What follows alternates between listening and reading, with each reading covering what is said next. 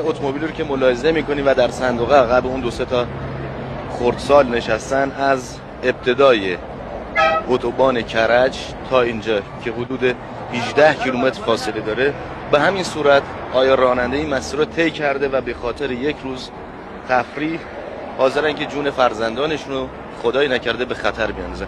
آقا اینا فرزندان شما هستن؟ بله اینا فرزندای ما هستن. خب چرا بی احتیاطی کردین و اینا رو توی صندوق عقب اتوبیل؟ والا جان نداشه قربان، اینا که خودم با احتیاط میایم که مربی هم هستیم. خدای نکرده اتومبیلی از پشت با شما تصادف کنه، هیچ می‌بینید؟ یه طور راه نمیریم که کسی با ما بزنه. یعنی همیشه مربی هستم، ملاحظه میکنم، بالاخره سبقت نمیگیرم. آیا اتومبیلی هم که پشت سر شماست این ملاحظه رو داره؟ اونو دیگه باید با خودش باشه، باید ملاحظه دیگران بکنه.